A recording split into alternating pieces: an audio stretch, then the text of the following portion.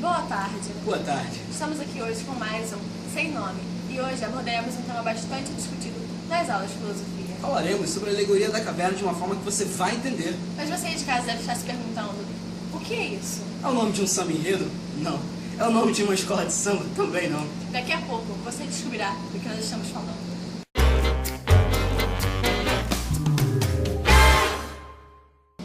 E nesse mundo cheio de ideias, vamos apresentar a alegoria da caverna.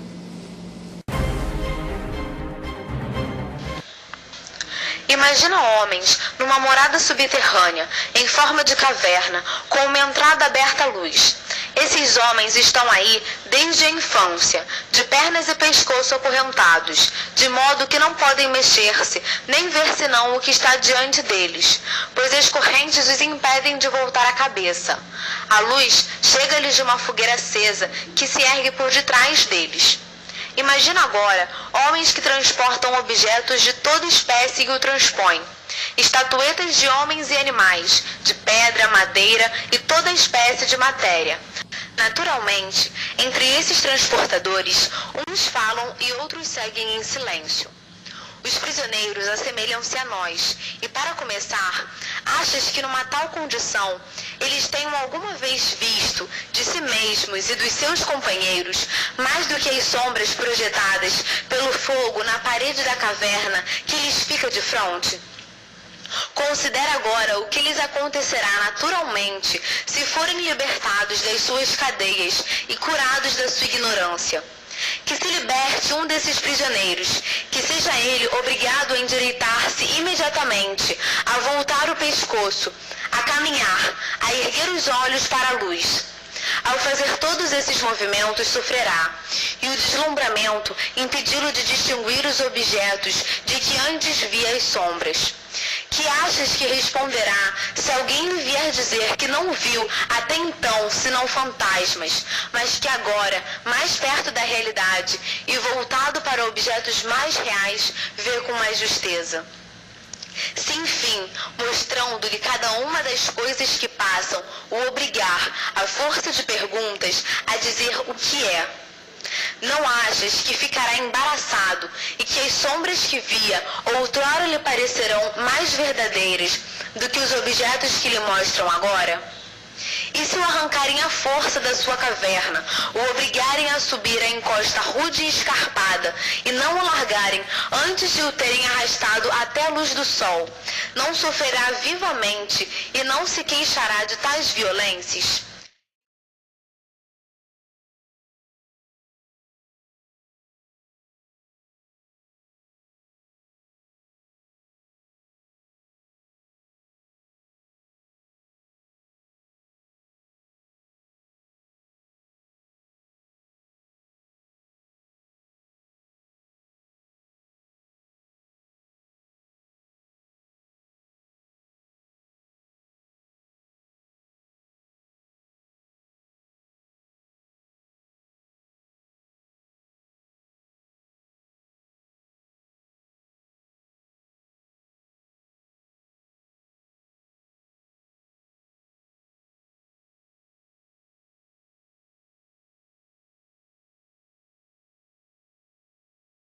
E quando tiver chegado à luz, poderá, com os olhos ofuscados pelo seu brilho, distinguir um só das coisas que ora denominamos verdadeiras.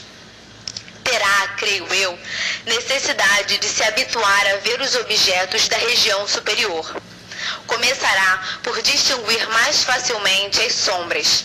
Em seguida, as imagens dos homens e dos outros objetos que se refletem nas águas. Por último, os próprios objetos. Depois disso, poderá, enfrentando a claridade dos astros e da lua, contemplar mais facilmente, durante a noite, os corpos celestes e o próprio céu, do que durante o dia, o sol e a sua luz.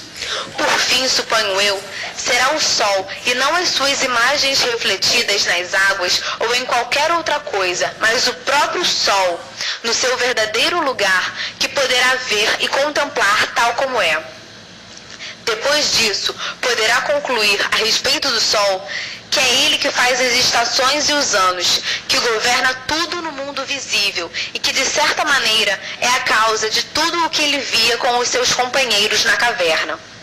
Ora, lembrando-se da sua primeira morada, da sabedoria que aí se professa e daqueles que aí foram seus companheiros de cativeiro, não achas que se alegrará com a mudança e lamentará os que lá ficaram? E se tiver de entrar de novo em competição com os prisioneiros que não se libertaram de suas correntes, para julgar essas sombras, estando ainda sua vista confusa, e antes que os seus olhos se tenham recomposto, pois habituar-se à escuridão exigirá um tempo bastante longo, não fará que os outros se riam à sua custa e digam que, tendo ido lá em cima, voltou com a vista estragada, pelo que não vale a pena tentar subir até lá? E se alguém tentar libertar e conduzir para o alto, esse alguém não o mataria, se pudesse fazê-lo?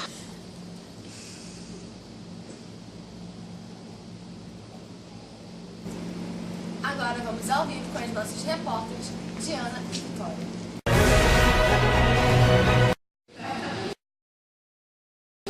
Qual foi a primeira impressão que vocês tiveram com o outro? A gente se conheceu faz pouco tempo, né? Esse ano do Jagré. E eu achava todo respeito assim, ele lerdão. Porque não era difícil, né? Era só olhar pra cara dele. E esse aqui foi parceiro dele sempre. Eu olhei pra cara dele assim, pô, foi estranho. Só que aí ele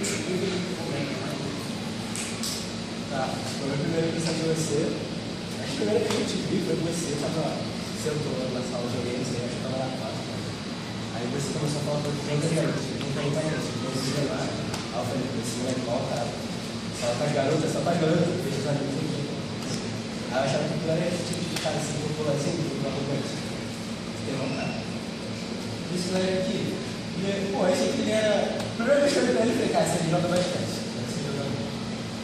Realmente, joga bastante. Minha primeira impressão quando eu conheci esse rapaz foi que eu olhei pela primeira vez. Esse rapaz deve ser lerdão. Eu vi ele andando sozinho pelo corredor falando. O tempo passou, quando eu conheci ele, eu vi que ele era um rapaz lerdão. Hoje eu considero ele bastante. Já esse aqui também, como citado, eu achei um rapaz mulherengo. Pois assim que eu entrei na minha sala de aula, ele estava falando com todas as garotas. E me deixou de lado. Aí com o tempo nos encontramos, começamos a conversar. E ele virou o que eu posso chamar padrinho. Algum de vocês já ouviu falar da alegoria da caverna? E qual a opinião de vocês perante a ela? Eu já ouvi falar numa aula do meu querido professor Paulo Malafaia. E, cara, achei bem interessante, tipo, as coisas que eles faziam, que eles prendiam as pessoas dentro da caverna e botavam imagens para fazer, tipo, sombras, para eles terem uma imaginação de como seria o mundo lá fora da caverna, que não era realmente a realidade. Eu já ouvi falar também das aulas de filosofia. Acho que é uma alegoria bem interessante, porque a teoria de as pessoas estando escravos, as pessoas estavam amarradas lá dentro da caverna e elas faziam as sombras. Elas tentavam que o mundo fosse sombra. Não tinha nada além das sombras. Então, é mais ou menos uma ideia de como as pessoas elas têm um senso comum, que elas só veem o que estão à sua frente, mas não conseguem ver o mundo lá fora, que seria as coisas fora da caverna. Eu também achei uma ideia interessante, coisa que, como citado também aqui nas minhas aulas, é algo que como podemos definir? Os escravos, assim podemos citar, eles tinham a cabeça presa e aquilo que eles estão refletindo na parede era a plena ideia de que eles chamam que era a realidade. Então eu acho um negócio bem interessante, porque o que eles viam era uma realidade, era apenas uma imagem da opinião deles, algo assim. Vocês acham que a gente pode relacionar com o nosso dia a dia, de algum modo, a alegoria da caverna? Com certeza. Principalmente, tipo, na mídia, tá ligado? Porque eles passam umas paradas pra você ficar vibrado daquilo, enganação, né?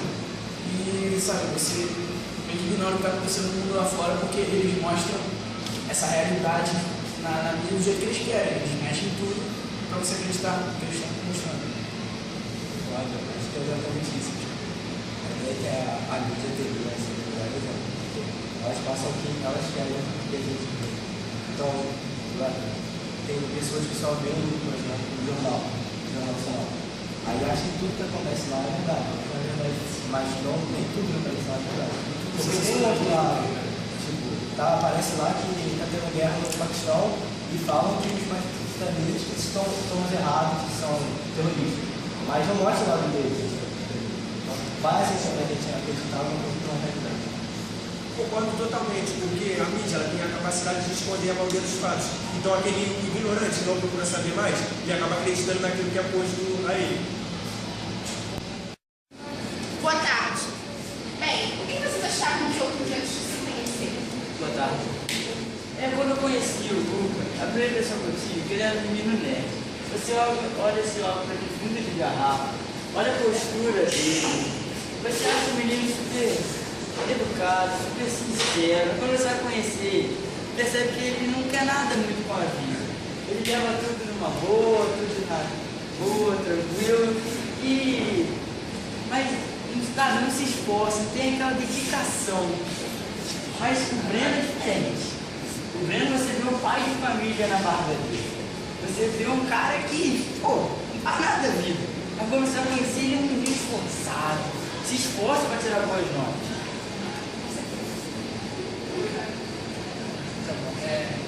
Quando eu conheci o Léo, primeiro dia de aula, eu assim, pensei que o moleque era quieto, né? Como todos.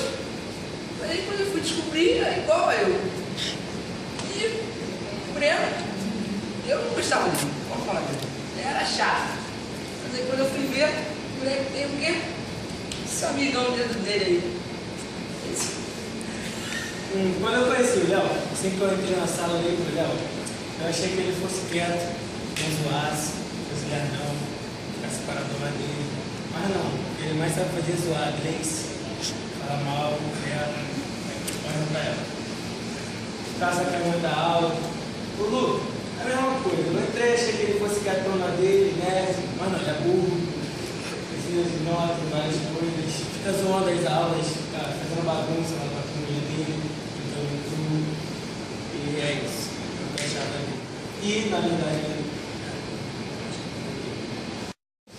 Muito obrigada. Foi isso. Tchau. Já ouviu falar da Alegoria da Caverna? E qual a sua opinião perante ela? É uma mensagem muito bonita de Platão, que é um grande filósofo, um dos mais importantes na minha concepção, né, na antiguidade grega, né, o grande Sócrates. A imagem daquilo que a gente pensa que é a verdade, mas que não é. Eu acho que sempre a gente cai nessa ilusão. Por isso que ele foi muito preciso nesse mito dele. Sempre a impressão que a gente tem das coisas, dificilmente é a totalidade, né? Então, a história daquela sombra, não, daquelas pessoas que só viam as sombras, para elas, na verdade, era aquilo. Na verdade, sempre tem mais, né? Eu acho que a nossa vida é sempre assim, né? Em particular, a gente pode pensar, por exemplo, se a gente entra com questão, por exemplo, espiritual da vida. Se a gente tem uma vida espiritual além dessa vida material, toda a vida material que a gente está aqui é só uma sombra. Existe uma coisa maior, né? A gente tem outra questão muito maior e normalmente a gente esquece disso, porque o sistema grandalhão também não quer que a gente pense nisso, porque só quer competição e lucro e tal, então abafa outros valores maiores, né? O que importa na vida? Ganhar mais dinheiro, ter um bom trabalho. Não pode ter bons amigos, um bom sentimento. A vida é feita do que a gente sente, né? A importância da vida. Então, a gente sempre está diante de muitas coisas envolvidas e, em geral, aquela primeira leitura que a gente tem, é mais rudimentar, são apenas sombras. A vida é sempre muito maior do que as sombras que a gente percebe. Entendi. E o senhor acha que dá para relacionar isso com o nosso dia a dia, a Alegoria da Caverna? Dá, porque a gente tem que passar todo dia da nossa vida procurando não as sombras, mas a verdade que está por trás das sombras. Essas verdades são sempre muito maiores do que as sombras que são mostradas. Então, aqui eu acho que essa vida da caverna é belíssima, uma imagem atual, né? Ele disse isso há mais de 2000 anos atrás e até hoje está aí. Importantíssimo, né? Eu saio de casa todo dia pensando o que a gente pode fazer de bom hoje, o que me faz fazer ser feliz, né? Os sentimentos, a gente sempre pensa que faz a vida sempre simples. Os bons sentimentos, eles dão frutos a vida inteira, né? A vida é feita disso, de pessoas, de boas relações, de bons sentimentos. E muitas vezes isso está escondido, porque a realidade da vida, entre aspas, é aquela coisa do material, do lucro, do dinheiro, do emprego que eu vou ter, como se isso fosse o principal. Aliás, esse principal está destruindo o planeta, né? Sim. Então a gente precisa buscar o que não é sombra, o que é verdade mesmo, que é um planeta saudável, né, com relações humanas saudáveis. Se tem que ter diferenças de produção, rico e pobre, tal, que não seja tão diferente assim, onde enquanto um está morrendo de fome, o outro está passeando com Guerra nas Estrelas e fazendo turismo espacial, né, e o excedente da produção agrícola tem que jogar no lixo. A gente, com certeza, Platão estaria muito triste hoje e teria outros mitos melhores ainda para mostrar que, com certeza, o que a gente está vendo, que a vida não é a verdade, são só sombras. A vida tem que ser algo muito melhor, com um planeta saudável, que a gente não está conseguindo manter o planeta saudável, com relações humanas saudáveis, com uma distribuição melhor da produção que a gente é capaz de fazer, alimentos de melhor qualidade para todos, saúde melhor para todos. Uma condição de vida melhor para todos. Educação melhor para todos, educação que faça a gente, não é saber fazer conta, aprender um conteúdo a mais ou a menos, é só a gente fazer a gente pensar melhor, entender melhor o mundo, ser mais crítico, se posicionar, fazer boas escolhas, e por aí vai. O mito da caverna é um eterno mito que eu acho que deve nortear a nossa vida, deixar de lado as sombras e buscar a verdade que está escondida por trás das sombras. Bom, com esse vídeo seguido de entrevistas, nossa intenção foi tentar botar um pouco disso no nosso dia a dia. Agora iremos apresentar mais um pouquinho disso.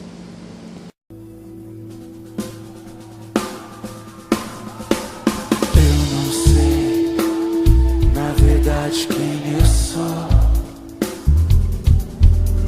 Já tentei calcular o meu valor,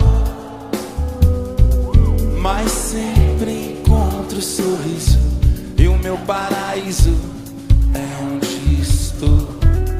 Porque a gente é desse jeito, criando conceito pra tudo que restou. Meninas são bruxas e fadas, palhaço é um homem todo pintado de piadas. Céu azul é o telhado do mundo inteiro. Sonho é uma coisa que fica dentro do meu travesseiro. Mas eu não sei, na verdade, quem eu sou. Já tentei. I am 47. And that's just one side of me.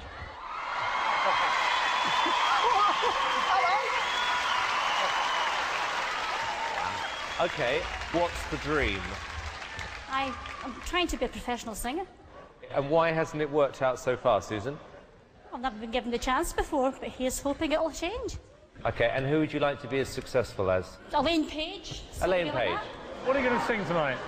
I'm going to sing I Dreamed a Dream from Les Miserables. Okay. Big song. Yeah? Yes.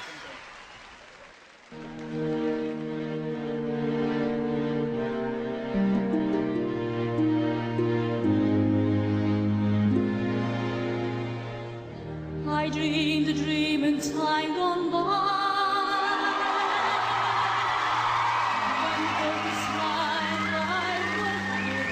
You didn't expect that, did you? Did you? No. I dreamed that love would never die.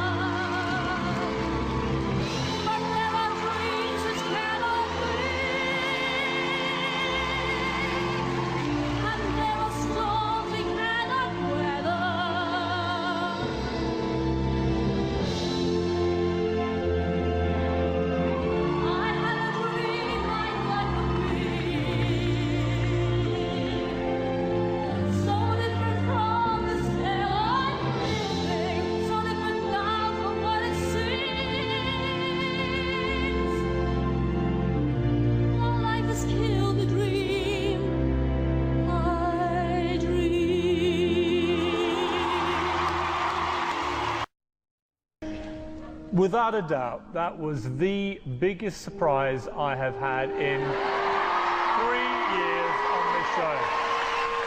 When you stood there with that cheeky grin and said, I want to be like Elaine Page, everyone was laughing at you. No one is laughing now. That was stunning, an incredible performance. Amazing. I'm reeling from shock about you two, but I am so thrilled because I know that everybody was against you. I honestly think that we were all being very cynical, and I think that's the biggest wake-up call ever. And I just want to say that it was a complete privilege listening to that. It was brilliant. Susan, I knew the minute you walked out on that stage that we were going to hear something extraordinary, and I was right. Not a lot of touch. Susan, you are a little tiger, aren't you? Oh, I don't know about that. You are. I don't know about that. Okay, moment. I'm not gonna make it. You're gonna have to go on without me.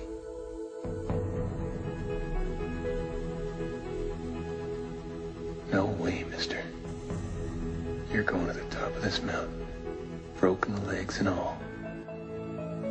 What if you found out that your life is a television show?